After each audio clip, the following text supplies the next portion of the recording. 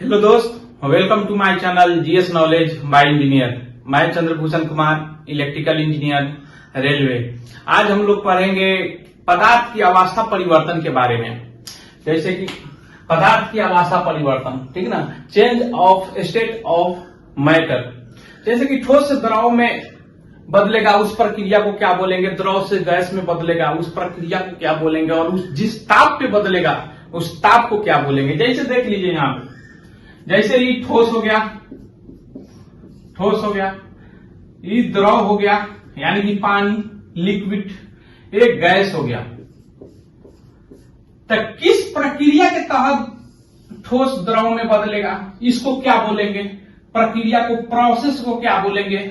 ठीक, कितना ताप पे बदलेगा, उस ताप को क्या बोलेंगे। जिस ताप पे बदलेगा उस टेम्परेचर को क्या बोलेंगे। उसी तरह से द्रव गैस में जो बदलेगा उस प्रक्रिया को क्या बोलेंगे, प्रक्रिया को क्या बोलेंगे। और जिस ताप पर द्रव गैस में बदलेगा उस ताप को क्या बोलेंगे, टेम्परेचर को क्या बोलेंगे। हाँ, इसी प्रकार देखेंगे, ये जो ताप को दे दिए, जब सभी खेला ताप का ही है, ताप बढ़ाते हैं तो ठोस को द्रव में बदलता है, फिर उससे नहीं मानते, उसे और अधिक ताप बढ़ाते तो द्रव गैस में बदलता है। तो ताप को एक बार एक साइकिल में देख लेंगे, ताप को देते हुए यानी कि ताप को इंक्रीज करा के, और दूसरा साइकिल में देख लेंगे ताप को डिक्रीज करा के। जैसे ही गैस है तो उसको ताप को डिक्रीज कराएंगे, यानी कि ताप को एक कहिए या उष्मा को डिक्रीज कराएंगे, ठीक है ना, कम करेंगे। तो उष्मा को डिक्रीज करेंगे तो गैस जो है इसके रिवर्स डायरेक्शन में द्रव बनेगा, तो उस प्रक्रिया को क्या बोलेंगे, ठीक है ना। और द्रव गैस बनेगा, द्रव ठोस बनेगा, तो इस प्रक्रिया को क्या बोलेंगे, ठीक ना। तो आइए एक एक करके देखते हैं। सबसे पहले देखते हैं कि ठोस द्रव में बदल रहा है, इसको क्या बोलते हैं। तो वह प्रक्रिया, ठीक ना, वह प्रक्रिया जिसमें द्रव, ठोस द्रव में बदलता है, द्रव में बदलता है, उसे द्रवण कहते हैं। द्रवण या गलन कहते हैं। ठीक, जब ठोस द्रव में बदलता है तो इसको क्या बोलते हैं, गलन कहते हैं। इस प्रक्रिया को गलन कहते हैं, ठीक ना। और जिस ताप पे बदलता है, निश्चित ताप होता है, जिस निश्चित ताप पे बदलता है उस ताप को हम लोग द्रव्यमान कहते हैं। जिस निश्चित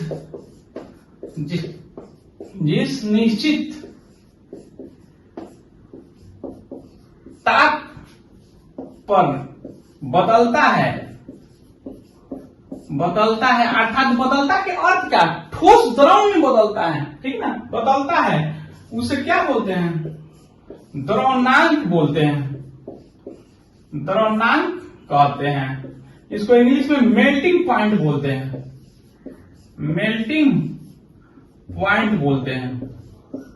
ठीक, तो मेल्टिंग पॉइंट इसको बोलते हैं। इसमें क्या होता है, ताप निश्चित पे होता है, ताप चेंज नहीं होता है। जब ठोस द्रव में बदलता है तो ठोस का ताप और द्रव का ताप उस समय एक ही रहता है। मान के चलिए कि यहाँ पे बर्फ का टुकड़ा है, इस गिलास में मान के चलिए कि बर्फ का टुकड़ा है, ये सब बर्फ का टुकड़ा है, ठीक ना।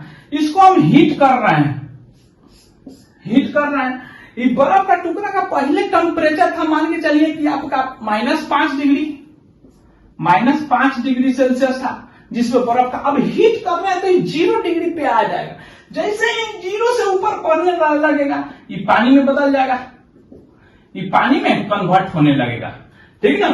फिर यहाँ पे हीट हो रहा है, हीट तो जनरेट होगा, ताप पड़ेगा, लेकिन जैसे ही ताप 0 से ऊपर जाने वाला रहेगा कि फिर पानी में बदल जाएगा, इसमें पानी में आ जाएगा। फिर जैसे ही ताप 0 से ऊपर होने वाला रहेगा वो पानी में बदल जाएगा। यानी कि जब तक कि पूरा बर्फ पिघलेगा नहीं, जब तक इसका ताप क्या रहेगा, 0 डिग्री सेल्सियस ही रहेगा। यानी कि बर्फ 0 डिग्री सेल्सियस पे ही पानी में बदलता है, ठीक ना। तो कितना भी बढ़ा लीजिए, जैसे ही पूरा बर्फ पिघलेगा नहीं तो उसका ताप 0 डिग्री से बढ़ेगा नहीं, ठीक है ना। अब जैसे ही पूरा पानी में बदल गया, इसका ताप बढ़ाइए, जैसे ही बढ़ाइएगा ये खौलने लगेगा, यानी कि 0 डिग्री सेल्सियस से ऊपर ताप बढ़ जाएगा, ठीक ना। पानी में पूरा अगर बदल जाएगा तब, लेकिन जैसे थोड़ा सा भी बर्फ रहेगा, उसका टेम्परेचर दे रहे हैं, हीट दे रहे हैं, फिर भी वो 0 डिग्री पे ही रहेगा, 0 डिग्री पे ही पिघलेगा, ठीक ना। तो ताप चेंज नहीं होता है इसमें, ठीक है ना। तो क्या ताप इसमें ताप निश्चित होता है, निश्चित होता है। जैसे देखिए जो उदाहरण, जैसे बर्फ का जो मेल्टिंग पॉइंट है, ठीक ना, 0 डिग्री होता है, तो 0 डिग्री पे ही पानी में बदलता है। उसी तरह से कुछ और का देख लीजिए, आपका मोमबत्ती का देख लीजिए,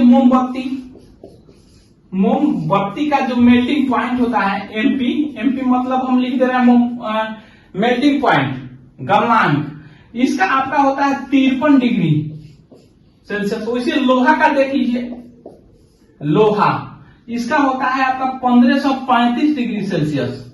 यानी कि जिस ताप पे लोहा जो ठोस है द्रव में बदल जाएगा, जिस तरह से बर्फ क्या 0 डिग्री सेल्सियस पे पानी में बदल जा रहा है, वैसा ही है क्या मोमबत्ती 53 डिग्री दीजिएगा तो क्या हो जाएगा, गल जाएगा। यानी मोमबत्ती पे आग लगाते हैं, मोमबत्ती मान के चलिए ये है, इस पे आग लगाते हैं, जलेगा, तो 53 डिग्री जैसे ही होगा ये मोम पिघलने लगेगा, पिघलने लगता है, ठीक ना। उसी तरह से लोहा 1535 डिग्री सेल्सियस जैसे ही पहुंचेगा वो पिघलने लगेगा। तो ये क्या हो गया, ये आपका हम लोग का मेल्टिंग पॉइंट यानी कि गलनांक हो गया, ठीक ना। देख लिया, अब हम लोग अब दूसरा देख लेते हैं। जैसे कि दूसरा में क्या हो रहा है, जब द्रव गैस में बदलेगा, किसमें बदलेगा, गैस में बदलेगा। इस प्रक्रिया को हम लोग, जब द्रव वो प्रक्रिया होता है जब द्रव गैस में बदलती है, तो इस प्रक्रिया को हम लोग क्वथन बोलते हैं या वाष्पन बोलते हैं, वाष्पन। और जिस टेम्परेचर पे बदलता है, जिस निश्चित टेम्परेचर पे बदलता है, उसे क्वथनांक कहते हैं, क्वथनांक कहते हैं। इसको इंग्लिश में बॉइलिंग पॉइंट बोलते हैं, बॉइलिंग पॉइंट, हम बीपी लिखेंगे। इसको बॉइलिंग पॉइंट पे दो चीजें याद रखना है, किस प्रक्रिया को क्या बोलेंगे, उस टेम्परेचर को जिस पे बदलता है उसको क्या बोलेंगे। अब देख लेते हैं क्वथनांक, क्वथनांक यानी कि बॉइलिंग पॉइंट। तो पहले प्रक्रिया को देख लेते हैं। वह प्रक्रिया जिसमें द्रव गैस में बदलती हैं, गैस में निश्चित ताप कर लीजिए, सभी में निश्चित ताप होता है, निश्चित ताप पर बदलती है, उसे क्या बोलेंगे, उसे क्वथन बोलते हैं या वाष्पन बोलते हैं, उसे वाष्पन कहते हैं। इस प्रक्रिया को जिसमें द्रव गैस में बदलता है तो वाष्पन बोल रहा है। और जिस ताप पे बदलता है, जिस निश्चित ताप पे बदलता है, जिस ताप पे बदलता है, जिस निश्चित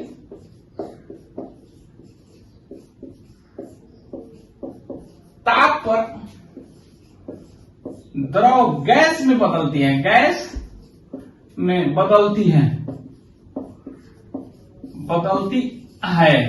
उसे क्या बोलेंगे, उसे क्वथनांक बोलते हैं, क्वथनांक, बॉइलिंग पॉइंट, क्वथनांक कहते हैं। ठीक, जैसे देख लीजिए पानी है, हम लोग तो बर्फ से पानी बना दिए थे पहले ही, ठीक ना, मेल्टिंग पॉइंट में। अब यहां पे देखिए ये पानी है, मान के चलिए इसमें पानी है, ये खौला रहे हैं, कुछ दे रहे हैं, हीट करना है इसको, ठीक ना, खौला रहे हैं। ठीक, तो पानी जैसे ही 0 डिग्री से ऊपर जाएगा, क्या 20 डिग्री पे जाएगा, 30 डिग्री पे जाएगा, धीरे धीरे तो सुसमाना शुरू होगा, फिर धीरे धीरे खौलना शुरू होगा। जैसे ही 100 डिग्री पे आएगा इसका, ठीक, तो उसमें खूब उबलना शुरू हो जाएगा। जैसे ही 100 डिग्री से ऊपर होने को रहेगा, तो ये क्या हो जाएगा, वाष्प हो जाएगा, वाष्प हो जाएगा, गैस हो जाएगा, वाष्प, ठीक ना। 60 डिग्री से अधिक नहीं, जैसे ही 60 डिग्री होगा नीचे वाला पास उड़ के वाष्प हो जाएगा, ठीक ना। इसमें होता है संवहन विधि द्वारा, नीचा गर्म हो जाएगा तो जो पानी ज्यादा गर्म हो जाएगा धाए और ऊपर आ जाएगा। तो जैसे ही 60 डिग्री से ऊपर हो जाएगा, ऊपर होने को रहेगा, वाष्प बदल जाएगा। इसी और निचला का कम टेम्परेचर रहेगा, फिर निचला वाला को 60 डिग्री होने का रहेगा, 60 डिग्री से ऊपर होने का रहेगा, वाष्प बदल जाएगा। यह प्रक्रिया पूरा वाष्पीकरण में चलता रहता है, यानी कि पूरा वाष्प बदलने, यानी कि गैस जब तक पूरा नहीं बदलेगा उसका ताप बढ़ेगा नहीं, ठीक ना। तो 60 डिग्री पे सेल्सियस पे ही पूरा क्या हो जाएगा, गैस में बदल जाएगा या वाष्प में बदल जाएगा। तो इस प्रक्रिया को क्या बोलेंगे, वाष्पीकरण, वाष्पन बोलेंगे, ठीक ना। या चेंज को वाष्प में चेंज होता है तो उसे वाष्पन बोलते हैं। या इस टेम्परेचर पे, जिस टेम्परेचर पे जैसे कि पानी है तो 100 डिग्री पे चेंज कर रहा है, 100 डिग्री पे परिवर्तन, तो इस ताप को क्या बोलेंगे, टेम्परेचर को क्या बोलेंगे, क्वथनांक बोलेंगे। तो ये पानी है तो ये पानी के लिए 100 डिग्री सेल्सियस है, लेकिन दूसरा कुछ होगा जैसे कि लोहा होगा और सब, जैसे कि मोम होगा, अल्कोहल होगा, मरकरी होगा, तो इसका तो वाष्प क्वथनांक अलग अलग होगा। जैसे कि आइए कुछ का देख लेते हैं, जैसे उदाहरण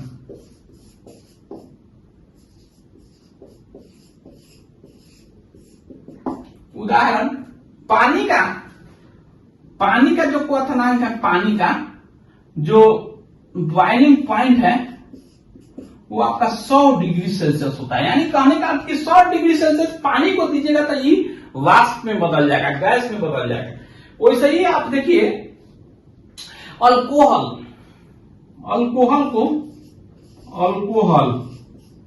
को आप 78 डिग्री सेल्सियस दीजिएगा, 78 डिग्री सेल्सियस दीजिएगा तो ये वाष्प में बदल जाएगा अल्कोहल, ठीक ना।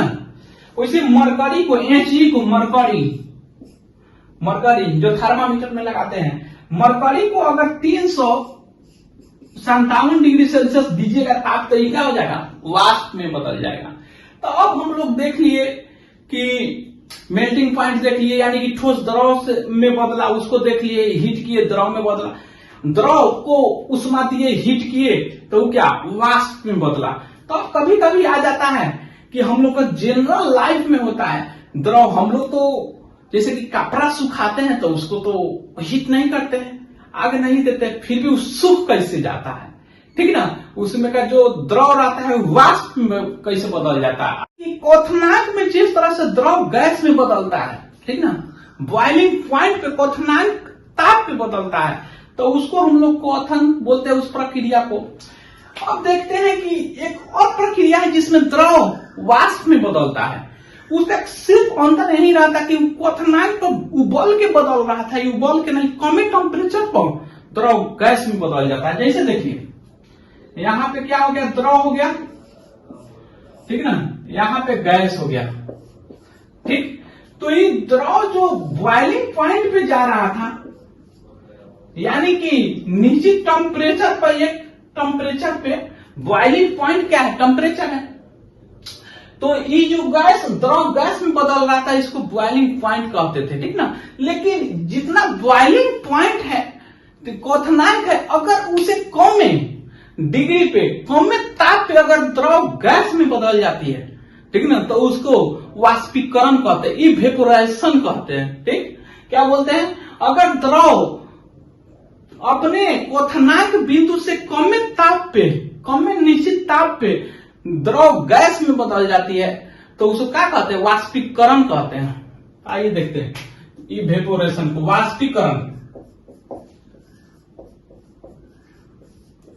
वाष्पीकरण बोलते हैं। पदार्थ जब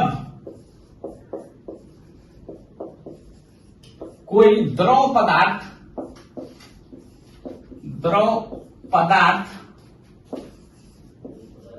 अपने क्वथनांक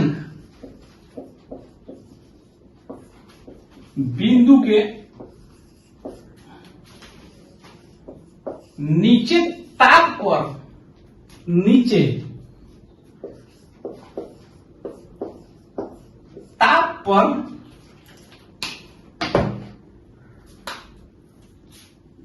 द्रव, ताप पर द्रव गैस में बदल जाती है, गैस में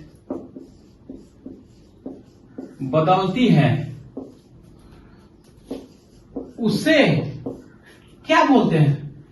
वाष्पीकरण, वाष्पीकरण कहते हैं। ठीक, तो कुछ समझ आया क्या? क्वथनांक में और वाष्पीकरण में क्या अंतर है? दोनों सेम है, दोनों द्रव से गैसे में बदल रहा है, ठीक ना?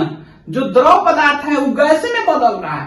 तो एक को बोल रहे हैं हम लोग क्वथन, उस प्रक्रिया को, या क्वथनांक उस टेम्परेचर को, लेकिन दूसरा को हम लोग बोल रहे हैं वाष्पीकरण, वाष्पीकरण बोल रहे हैं दूसरा को। ये को क्या बोल रहे हैं? क्वथनांक या क्वथन, ठीक ना? क्वथनांक बोलिए उस टेम्परेचर को, क्वथनांक या क्वथन या वाष्पन। तो एक को वाष्पन बोल रहे हैं, दूसरा को वाष्पीकरण क्यों बोल रहे हैं?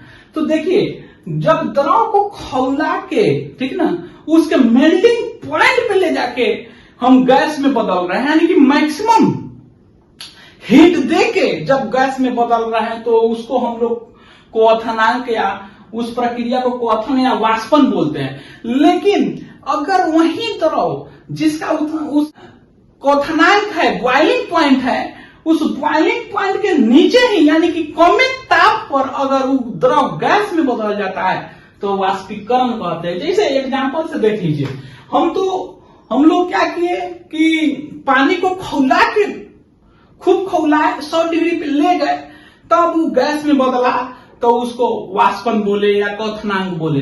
लेकिन हम लोग क्या, कपड़ा जो सूख जाता है उसको हम लोग उसको हीट देते हैं, 100 डिग्री पे ले जाते हैं? नहीं ले जाते हैं, खाली पसार देते हैं। धूप कभी रहबो करता है, नहीं रहता है तो सूख जाता है, थोड़ा लेट में ही सही, ठीक ना? ठंडों के दिन में कपड़ा सूख जाता है, और 100 डिग्री के तब बातें छोड़िए, ठीक ना?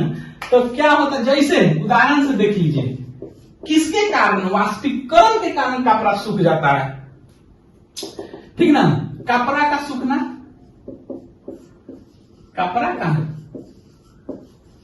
सूखना, ठीक ना? इसी प्रकार पोखरा का पानी, पोखरा का पानी जो है वो भी सूख जाता है, सूख जाता है। तो ये सब उदाहरण किसका है? वाष्पीकरण का उदाहरण है, ठीक ना? तो वाष्पीकरण पे भी ताप निर्भर करता है, ठीक ना? वाष्पीकरण पे भी अगर ज्यादा ताप रहेगा, ज्यादा घाम रहेगा, जिस दिन गर्मी रहेगा उस दिन जल्दी कपड़ा सूख जाएगा, हाँ? और जिस दिन धूप नहीं रहेगा उस दिन थोड़ा, जैसे कि ठंडा के दिन में देखते हैं लेट से दिन भर रह जाता है, 2 दिन में कपड़ा सूखता है एक जींस। लेकिन अभी जो मार्च अप्रैल मई के महीना रहता है उस समय 2-3 घंटा में ही कपड़ा सूख जाता है। यानी कि क्या, वाष्पीकरण भी ताप पे निर्भर करता है, हाँ?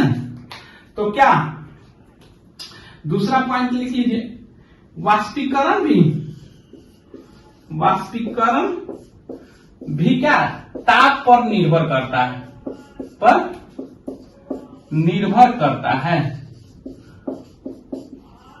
करता है। अगर ताप ज्यादा रहेगा तो वाष्पीकरण रेट, दर बढ़ेगा। ताप को बढ़ाने से वाष्पीकरण दर बढ़ता है, ठीक? यानी कि धूप रहेगा, ज्यादा धूप रहेगा, उस दिन कपड़ा पसारिए, सूख जाएगा। कहीं कहीं पानी रहता है, छितिर बितिर, अगर धूप ज्यादा निकलता है तो सूख जाता है, इसी कारण से। और ज्यादा मैक्सिमम वाष्पीकरण दर कब रहेगा? जब उसका बॉइलिंग पॉइंट पे, जब खूब गर्म होकर खौलने लगेगा, उस समय जल्दी क्या हो जाएगा, वाष्प में बदल जाएगा। तो क्या, अधिकतम वाष्पीकरण क्वथनांक बिंदु पर होता है, क्वथनांक बिंदु पर होता है, बिंदु पर होती है। समझ आया बात? अब तो हम लोग देख लिए, वाष्पीकरण देख लिए, तो गलनांक देख लिए, क्वथनांक देख लिए, वाष्पीकरण देख लिए। अब देख लेते हैं कि दाब का जो प्रभाव है जो गलनांक पे और क्वथनांक पे कैसे प्रभाव डालता है, यानी कि क्या प्रभाव पड़ता है। ठीक ना? अब देख लेते हैं दाब का प्रभाव।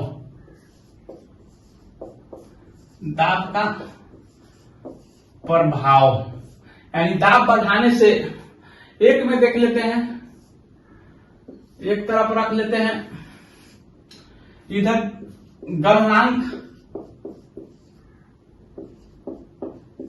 गलनांक यानी कि मेल्टिंग पॉइंट, मेल्टिंग पॉइंट। दूसरा देख लेते हैं बॉइलिंग पॉइंट, क्वथनांक, क्वथनांक, बॉइलिंग पॉइंट।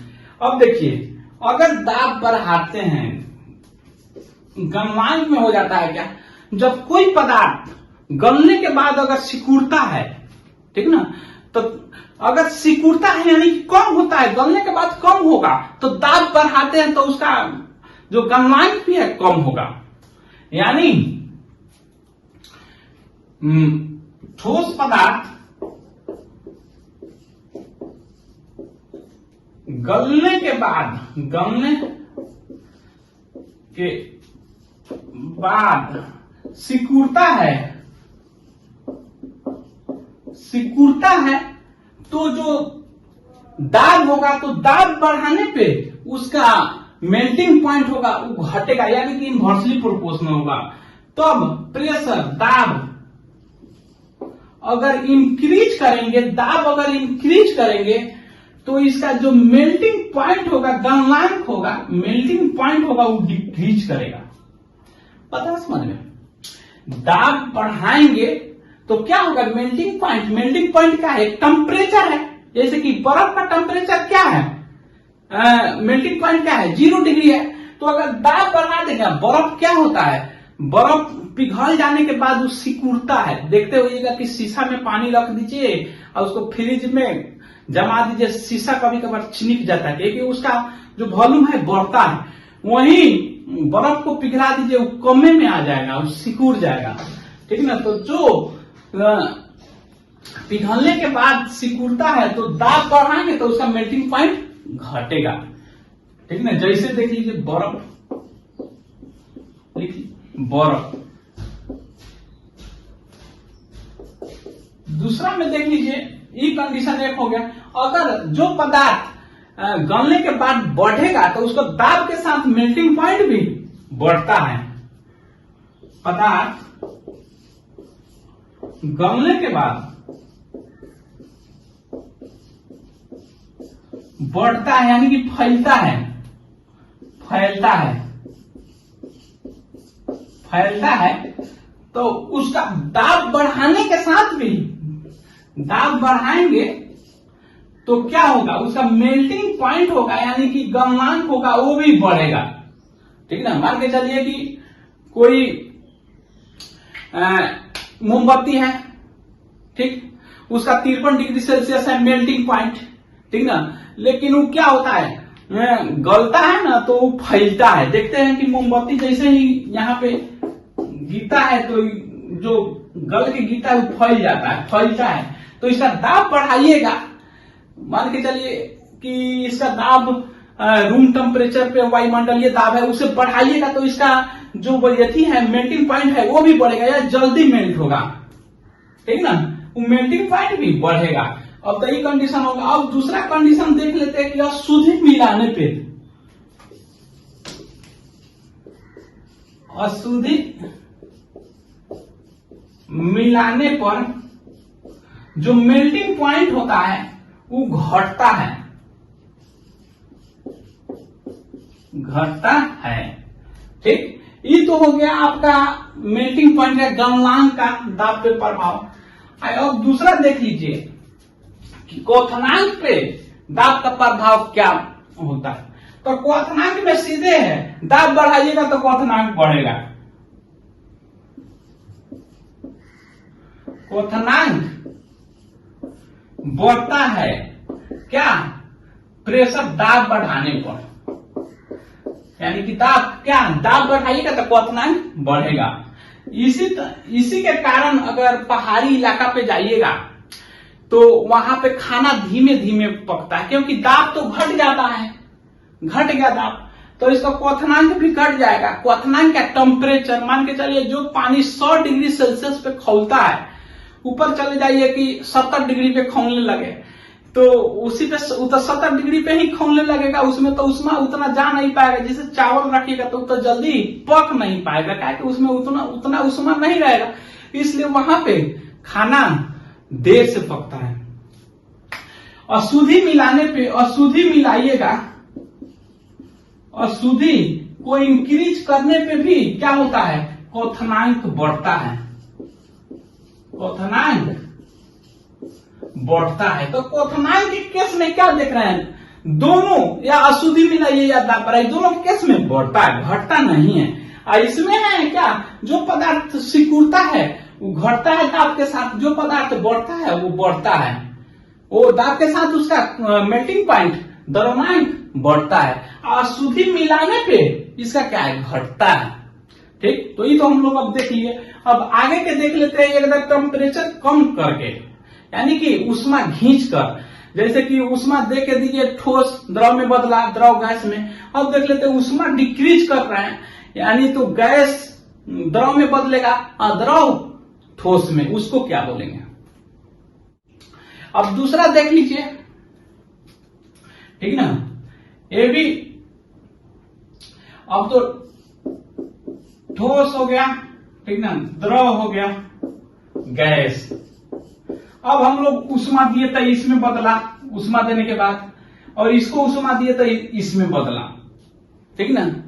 तब ऐसा देख लेते हैं कि सीधे उष्मा दे रहे हैं, एकदा ई न बदल के ई बदलता है तो क्या कहेंगे? यानी कि एकदा ठोस से गैस में बदल जाए तो क्या कहेंगे? तो इसको ऊर्ध्वपातन बोलते हैं, सब्लिमेशन, ऊर्ध्वपातन। हिंदी मेरा थोड़ा कमजोर है, इंग्लिश में पढ़े हैं ये सब चीज, तो हिंदी में थोड़ा सा गड़बड़ हो सकता है, इसके लिए सॉरी। ऊर्ध्वपातन लिखने में ऊर्ध्वपातन बोलते हैं, सब्लिमेशन इसको इंग्लिश में बोलते हैं, सब्लिमेशन।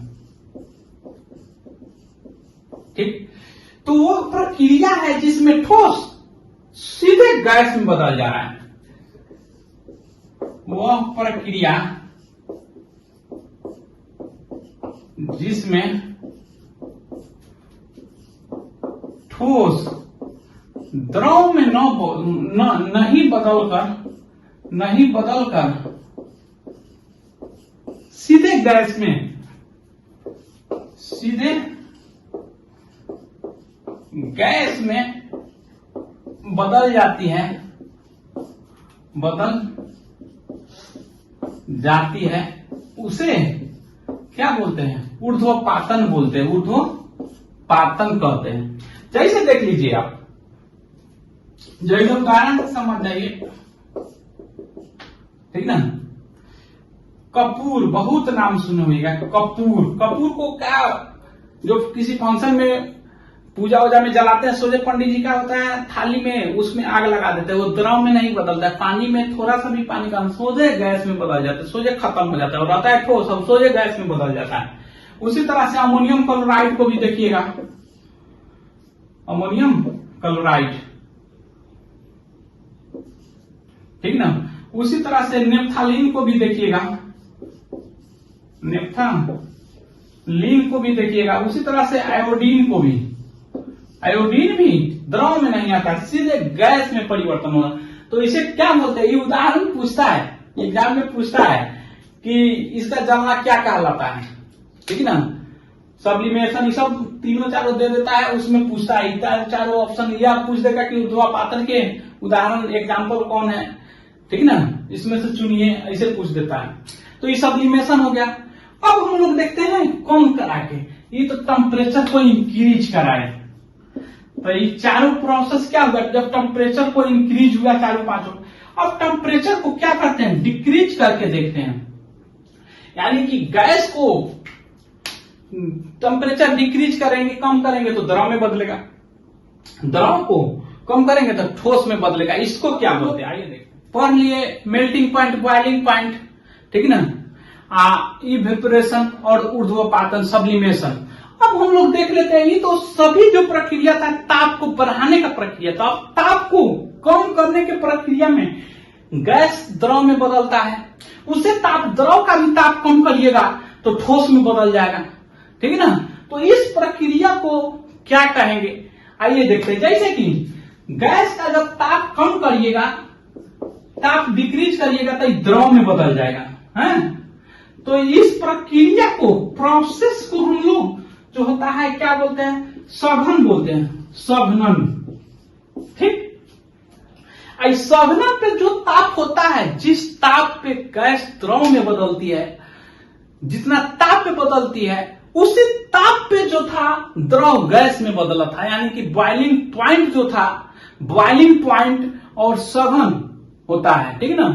सघनन वो दोनों समान ताप पे होता है, ठीक ना। तो आइए देखते हैं। ये याद रखिएगा कि जो द्रव गैस में बदला था, उसी टेम्परेचर पे, उसी ताप पे गैस भी द्रव में बदलती है, सेम ताप पे। यानी कि दोनों साइड रिवर्सिबल, दोनों साइड का रिवर्सिबल समान ताप पे होते हैं। उसी प्रकार से होगा, द्रव ठोस में बदलेगा। जैसा कि जिस ताप पे ठोस द्रव में बदला था, उतना ही ताप पे द्रव ठोस में बदलेगा। तो एक में देखते हैं सघनन, एक में नहीं, पॉइंट में देखते हैं। अगला पॉइंट सघनन, इसको कंडेंसेशन बोलते हैं। वह प्रक्रिया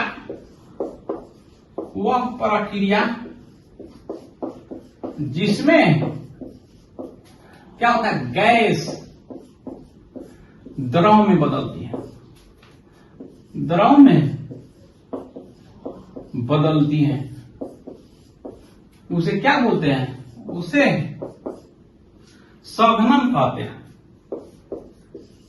सघनन कहते हैं। जैसे, ठीक ना, वाष्प को बादल में बदलना, वाष्प को बादल में बदलना, ठीक। अब दूसरा का देखिए, ये तो द्रव में बदल के और टेम्परेचर कम करेंगे, इसका भी, द्रव का भी टेम्परेचर कम करके देखते हैं, टेम्परेचर डिक्रीज करते हैं। अब तो गैस का टेम्परेचर कम किए, यानी कि ऊष्मा कम किए, तो द्रव में बदला। अब द्रव का भी टेम्परेचर कम करते हैं, करके देखते हैं, तो ये द्रव क्या हो जाएगा, ठोस में बदल जाएगा। तो इसको फ्रीजिंग ना, पता है, फ्रीज में रख दीजिए, फ्रीजिंग, फ्रीज में बर्फ जम जाएगा, पानी को रख दीजिए, बर्फ जम जाएगा, यानी कि जम जाएगा, ठीक ना।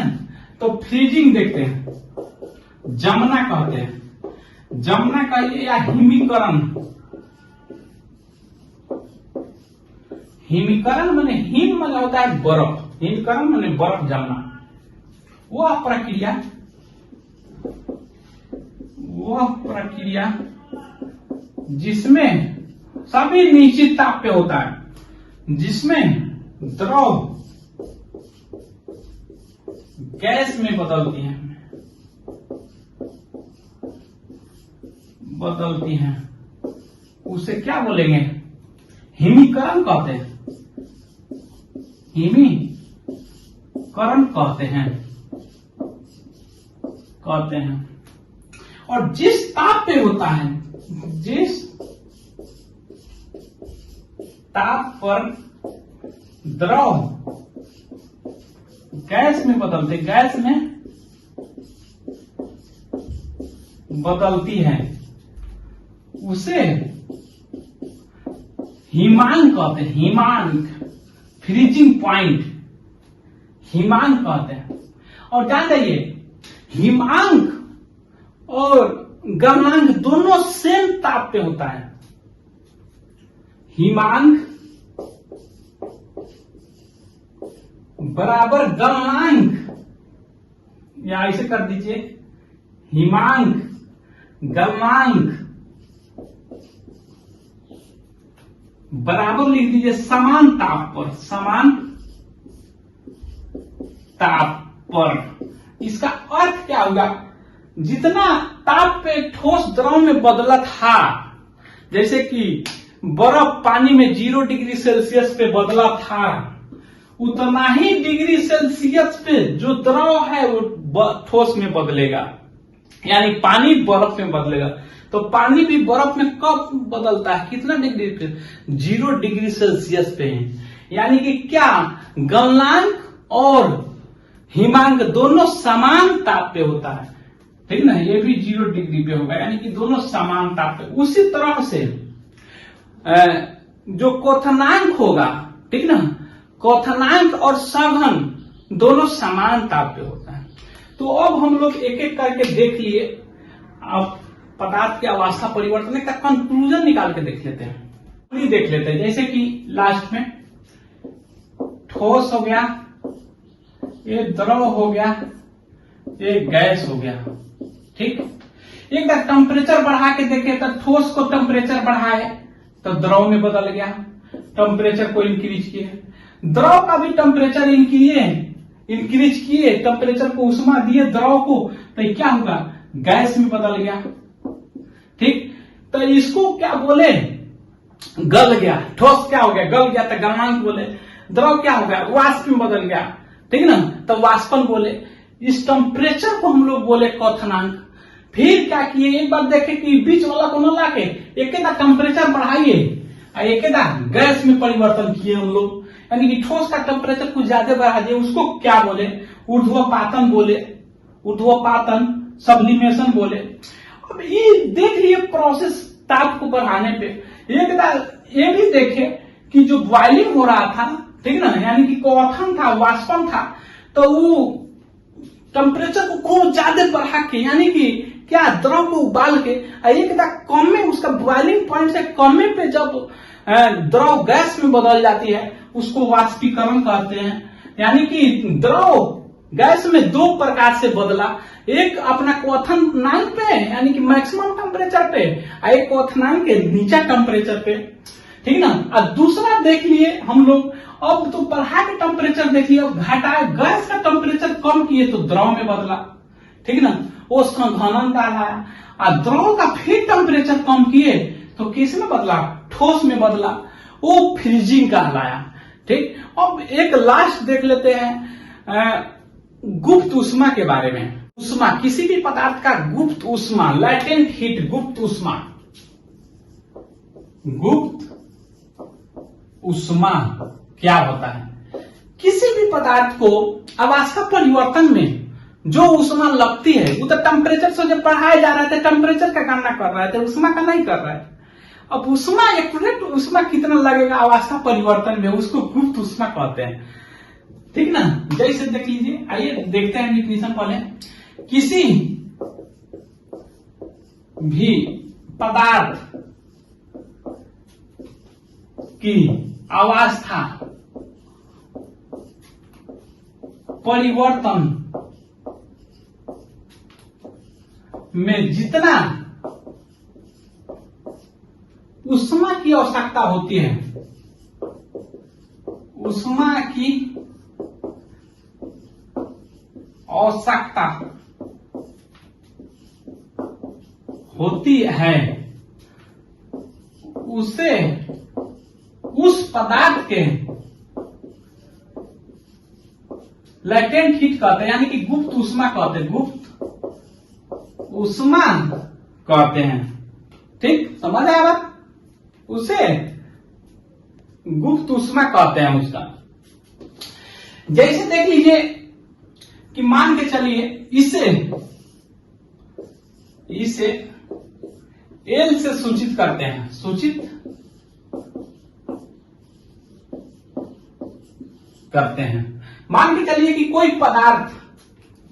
पदार्थ एम है, ये पदार्थ अवस्था में परिवर्तन करने का अर्थ कि ठोस को द्रव में, ठीक ना, ठोस को द्रव में, ठीक, और द्रव को गैस में परिवर्तन करने के लिए, यानी कि ठोस को अगर हम द्रव में परिवर्तन करते तो कितना उष्मा लगता है, उसे गुप्त उष्मा कहते हैं, ठोस का गुप्त उष्मा। उसी प्रकार से द्रव को गैस में बदलने के लिए कितना उष्मा लगेगा, इसे द्रव का गुप्त उष्मा कहते हैं। मान के चलिए m मास वाला द्रव्यमान का, m कैपिटल या स्मॉल ले लीजिए, अवस्था परिवर्तन करने के लिए क्यों उष्मा की आवश्यकता होती है, ठीक, क्यों उष्मा की आवश्यकता होती है। m द्रव्यमान वाले पदार्थ को अवस्था परिवर्तन के लिए, चाहे वो ठोस से द्रव में या द्रव से गैस में, मान के चलिए m है, वो दोनों हो सकता है, या ठोस हो सकता है या द्रव हो सकता है। इसको अवस्था परिवर्तन कह रहे हैं कि दोनों में जा सकता है, या ठोस होगा तो द्रव में बदलेगा, द्रव होगा तो गैस में। m द्रव्यमान वाले, ठीक ना, वस्तु को अवस्था परिवर्तन के लिए आवश्यक उष्मा क्यों चाहिए, क्यों की आवश्यकता पड़ती है। तो 1 केजी द्रव्यमान, यहां पे केजी लिख दीजिए या ग्राम दोनों हो सकता है, 1 केजी द्रव्यमान के लिए कितना आवश्यक उष्मा की जरूरी पड़ेगा, Q बाई m हो जाएगा। तो इसी को हम लोग लैटेंट हीट बोलते हैं, ठीक। तो L बराबर क्या हो जाता है, L बराबर हो जाता है Q बाई m, जो आगे प्रूफ होगा, इकाई मात्रा को आवेश बढ़ाने के लिए, अभी हम लिख दे रहे हैं यूनिट के लिए। तो L बराबर Q बाई m हो जाएगा। तो Q हीट है, हीट बोलिए हिंदी में उष्मा, यही क्या है, द्रव्यमान। तो इसका यूनिट क्या हो जाएगा, यूनिट क्या हो जाएगा, Q का जूल बोलिए, जूल बटा केजी SI में, ये क्या हो जाएगा, SI में यूनिट हो जाएगा।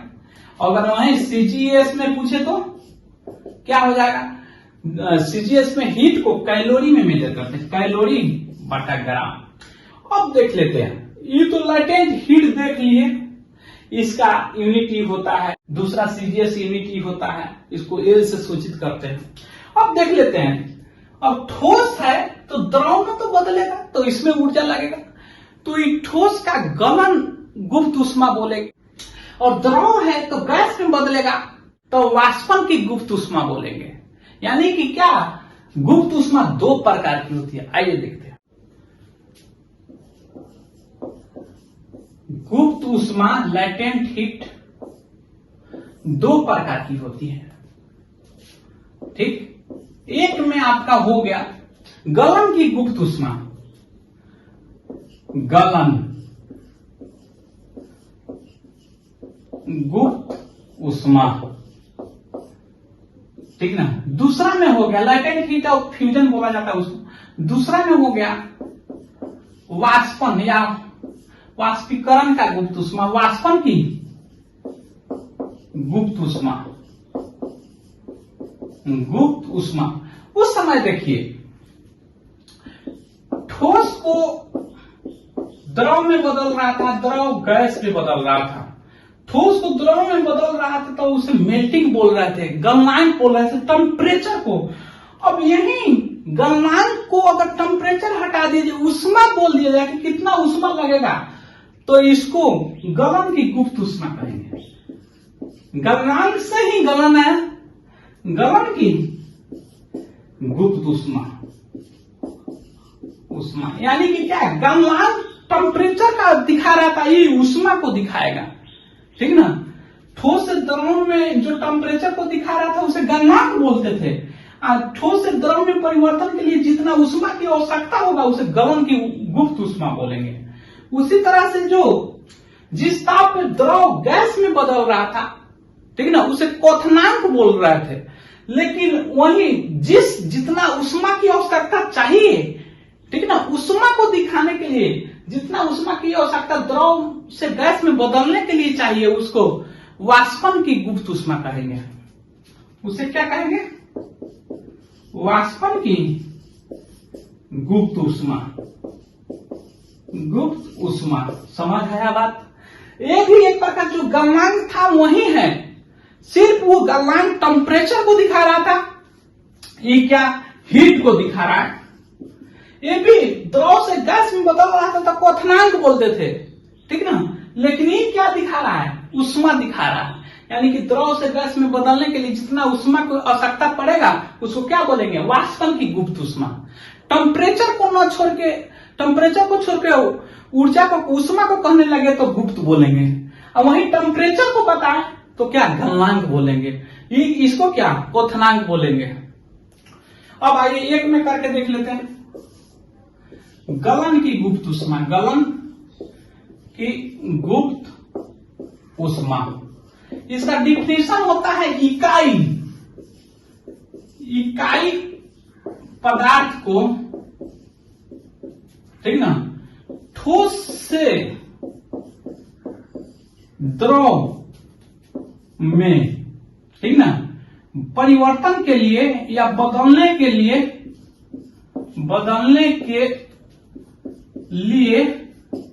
आवश्यक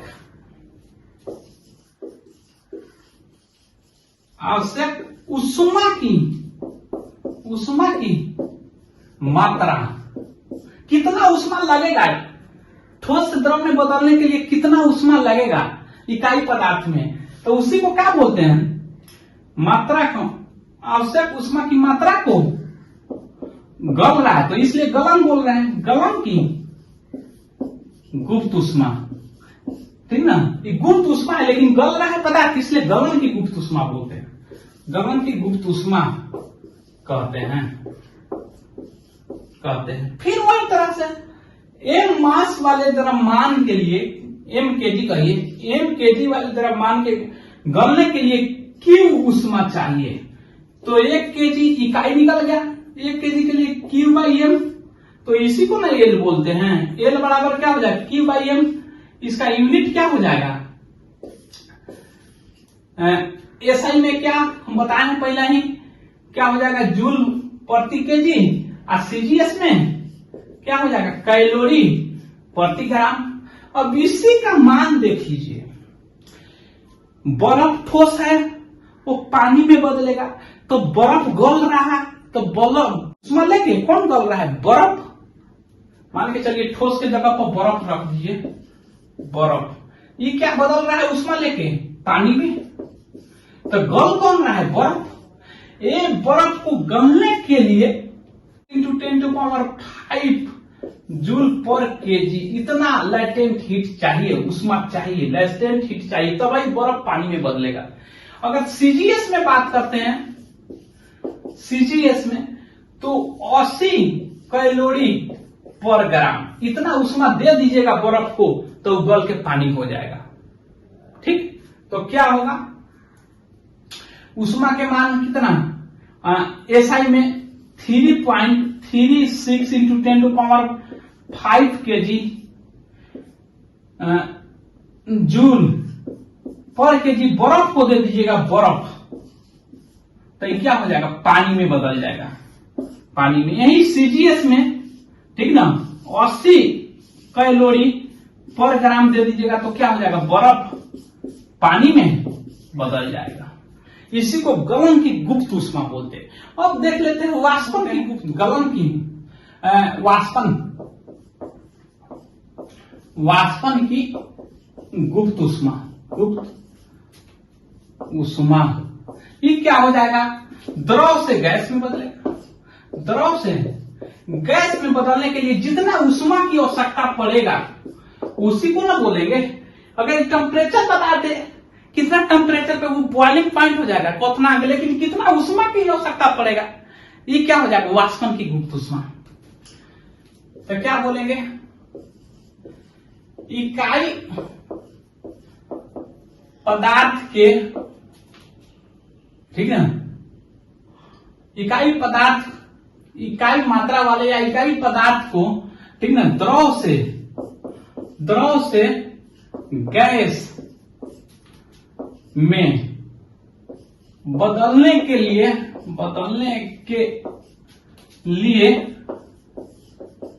आवश्यक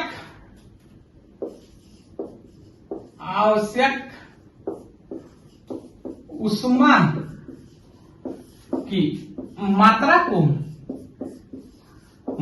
को वाष्पन की गुप्त ऊष्मा कहते हैं। ठीक, अब देखिए ये द्रव है यानी पानी है, तो पानी को ठीक ना कितना ऊष्मा देंगे कि वाष्प में बदल जाएगा, गैस में बदल जाएगा। ठीक ना, तो पानी को कितना खौलाएंगे कि वाष्प में खौलाने के लिए कितना ऊष्मा चाहिए। तो देख लीजिए इसका जो है आपका 22 पॉइंट, अगर एसआई में कहे तो 22.6 इंटू 10⁵, ठीक ना, आपका जूल पर ग्राम दे दिया जाएगा पानी को, इतना ऊष्मा तो वाष्प में बदल जाएगा।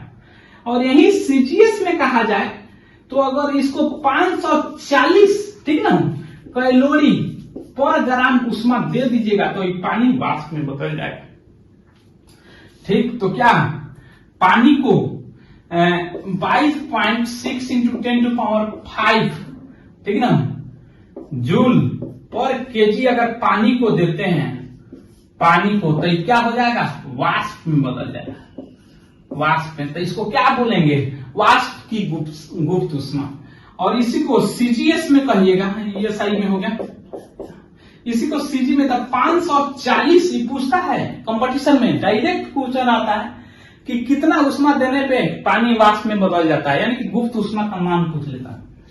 ठीक ना, कैलोरी पर ग्राम पानी को अगर दीजिएगा, ठीक ना, तो ये क्या हो जाएगा, वाष्प में बदल जाएगा। तो यहां तक कंप्लीटली हम लोग पदार्थ की अवस्था परिवर्तन के बारे में जान गए। अगर आप लोग नए हैं तो प्लीज मेरे चैनल को सब्सक्राइब करें, लाइक करें, कमेंट करें। Thank you.